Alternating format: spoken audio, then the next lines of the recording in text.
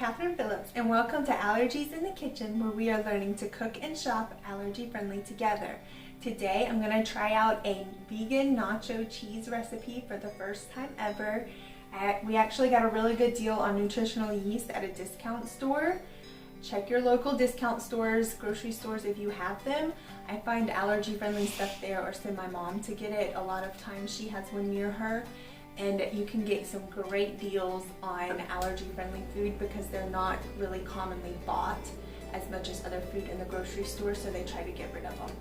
But nutritional yeast, I'm using Bragg's brand, is the main ingredient in this vegan nacho cheese sauce.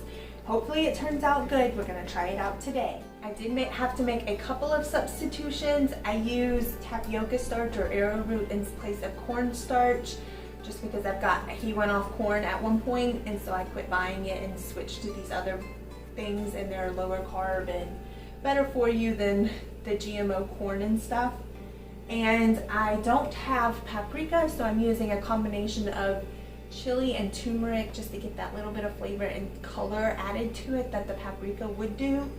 And I'm also using a little bit of orange juice instead of lemon juice. It's just a small amount, so it's really not going to make that much of a difference. This is actually also veggie based. It has a base of potato, white potato, and carrot to give it the color and the texture of cheese that's going to help thicken it up into a creamy, cheesy sauce. I'm excited to give this a try, and I hope it turns out good and is not a total fail for you. Though if you're in this allergy life or you have different things that you're restricting in your diet, you know there's a lot of fails. Let's get to it. All right, I'm just gonna get started by peeling and chopping my potato. The recipe calls for 1 medium russet potato. I did see in the comments that some people use red potato in different types of white and yellow potatoes, and it worked out fine. And I will have the recipe linked below in the description box so that you can check out the recipe should this turn out to be awesome. Just gonna add my whole potato to the pot. Then I don't have whole carrots today. I have some baby carrots that I need to use up. The recipe calls for about 2 to 3 carrots peeled and chopped. So I'm just going to use like 4 for each. We'll just use that.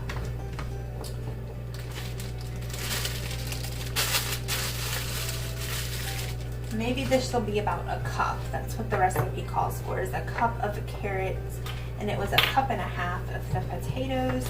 I'm just going to cut these in half and dice them up. Carrots take a little bit longer to cook than potato to get that nice soft texture. So it's okay for them to be a good bit smaller than the potato, which I cut my potato kind of small anyways. Alright, last one, and then we'll get these into the pot with the potato. Now I have my potato and carrot in the pot. I'm just going to cover this with water, and then we'll bring it to a boil and boil it for about 10 minutes. And while that's boiling, I'm going to get the rest of my ingredients into the blender. Okay, so we need 2 cups of non-dairy milk. I'm using unsweetened coconut. You definitely want this to be unsweetened. You do not want to cook with sweetened non-dairy milk. It's fine in baking, but it really changes the flavor. Mommy, okay, hang on. It really changes the flavor when you're cooking instead of baking. And then we're going to do half a cup of the nutritional yeast. Just going to take the lid off to pour it in here.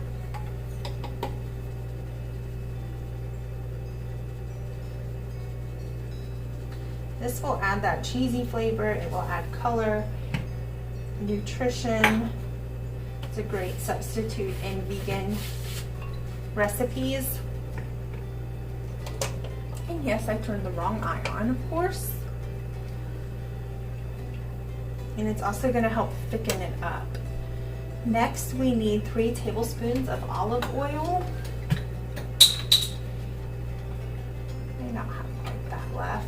1, 2. Oh yes, well, just enough. 3.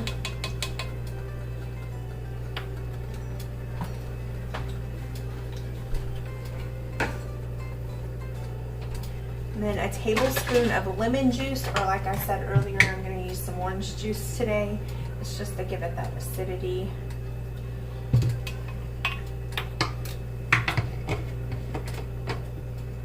Then we need a teaspoon of salt.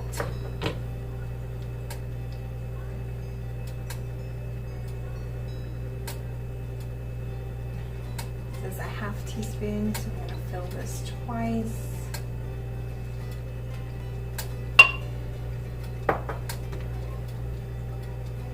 And then I'm going to add a little pepper. It doesn't say to. We need half a teaspoon of garlic powder. And we'll need half a teaspoon of onion powder.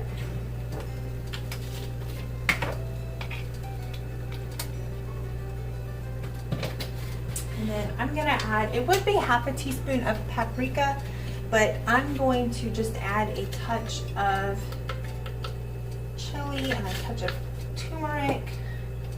I've really gotten to where I like turmeric.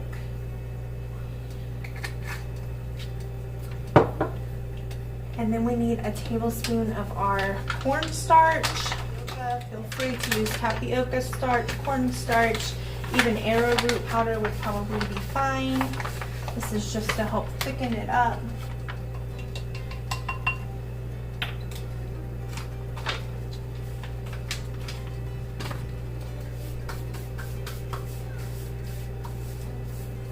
So I'm going to mix this up just a little bit, and then when our potatoes and carrots are done boiling and they're soft, it says in the recipe it should take about 10 minutes, but we'll see.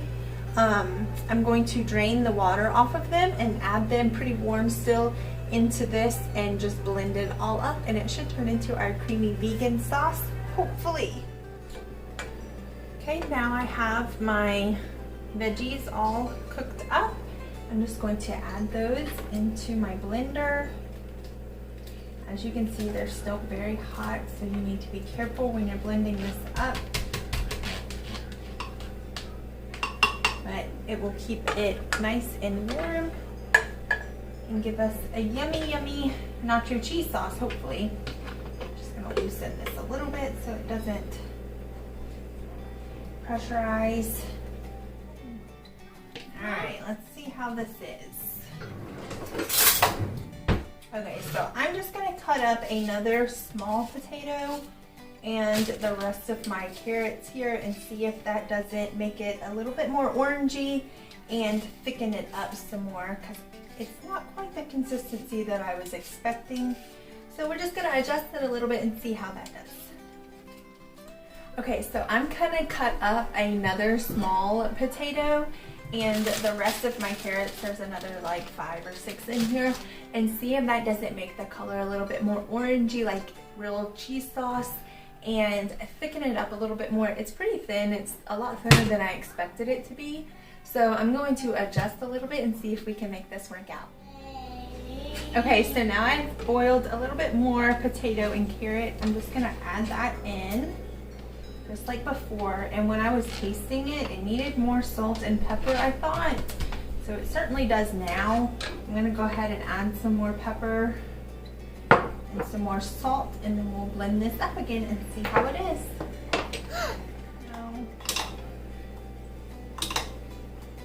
Still fairly thin. It's definitely a thicker texture though.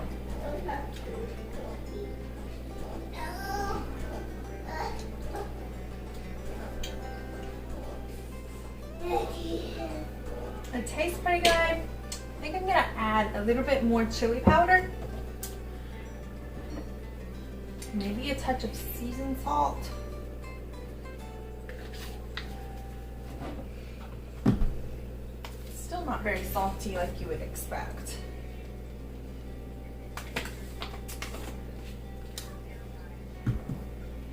And I think I'll add a little bit more nutritional yeast and see if that helps thicken it up a little bit more.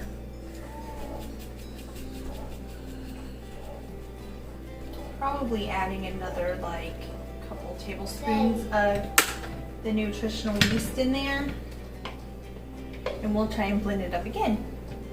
Sometimes when you're making new recipes, it's about trial and error, and you try to make it work. It's pretty good.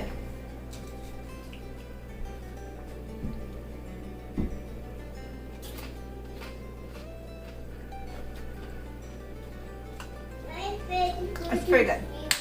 I'm gonna add some more nutritional yeast though.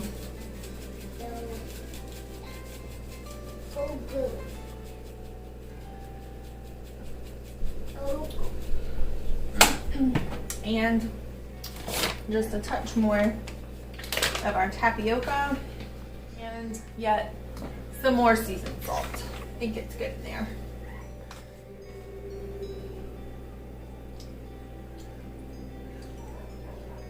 Okay, that tastes pretty good now. I think what I'm gonna do is add it to my pan. It cooled off quite a bit, so I'm gonna warm it back up, and that should also help thicken it up a little bit more. Ooh, that looks pretty good. I don't know about you.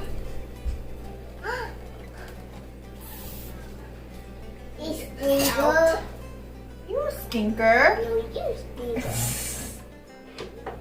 Thank you. You trying to help me? Yeah. Alright, I'm gonna turn this on and put it on about 3 and just let that simmer a little bit, warm up, and hopefully thicken up a little bit.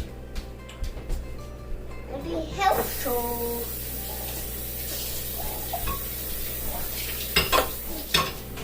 Okay, so I've had it simmering for a few minutes. I did turn it up to about medium, and it is starting to thicken up now. I do think it needs some more flavor, so I'm gonna go ahead and add some more garlic and onion powder to it, and some more salt and pepper. And then I think it's gonna be really good. We'll have to see what Asher thinks about it. I will say, if you don't like the flavor of nutritional yeast, you're probably not gonna like this. Since there is quite a bit of nutritional yeast in it, it does have that flavor. I don't mind it. I think it's pretty good.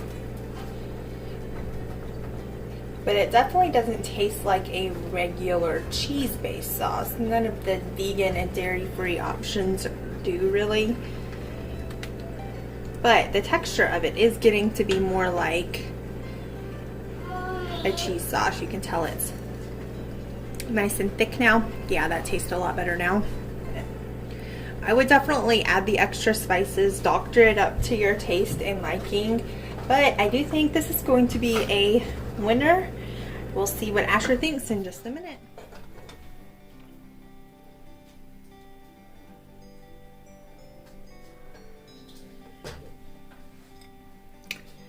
Looks like nachos and cheese to me. I'm not like it. Try it out. I do not like it. Do you like it? Yeah.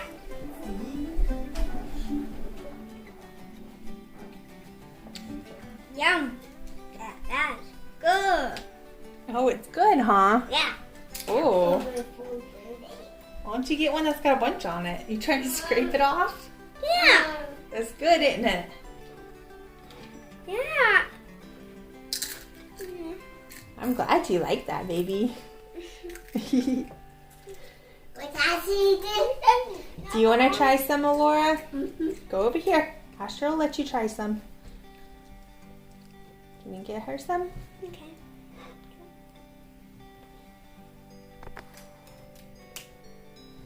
Do you like it? Well, she says, mm-hmm. You like it, baby? Okay. And you like it? Does it get a thumbs up? All right. Hi guys, today. Thank you so much for joining us in the kitchen today. We tried out that new vegan cheese sauce. What'd you think? Get it from shop and you like it, Don't put your thumbs down. You gave it a thumbs up because you like it, so you didn't put your thumbs down. Yeah. All right, we're gonna have to make it again. Yep. And so it's a hot dog burger. Oh, you think it'll be good on hot dogs and burgers? Oh, Yeah. that might be something we try, huh? Yeah. All right, so I had to doctor up the cheese sauce from the recipe a little bit, but it still turned out good and we made it work. This is definitely something I'm going to be making again. Asher really enjoyed it. I think Alora liked it. I just got through eating a good bit of it. It'll be good on some veggies, mac and cheese, which I haven't really perfected a good sauce for that. It's been okay, but I think this will be good on it. Maybe it'll get him to eat some broccoli since he don't like broccoli. He used it to dip his chips in today, like nachos or chips and dip, and he really enjoyed it that way. So we'll definitely be making this again. And the recipe, the blog I got it off of, which I'll link down below in the description box, be sure to check that. It also said that it freezes really well. So since I made so much of it today, it was quite a large batch for just us to eat on. So I'm definitely going to freeze that. I'll probably freeze it in little like cupcake liners like I do my veggie broth. So I can just pop it out and warm it up for him when he wants some. If you give it a try, please remember to tag me on Instagram so I can see. And subscribe. Hit that subscribe button down below. Like this video if you enjoyed it and you want to see more content like this in the future. I'm so glad you joined me and I'll see you in the kitchen next time.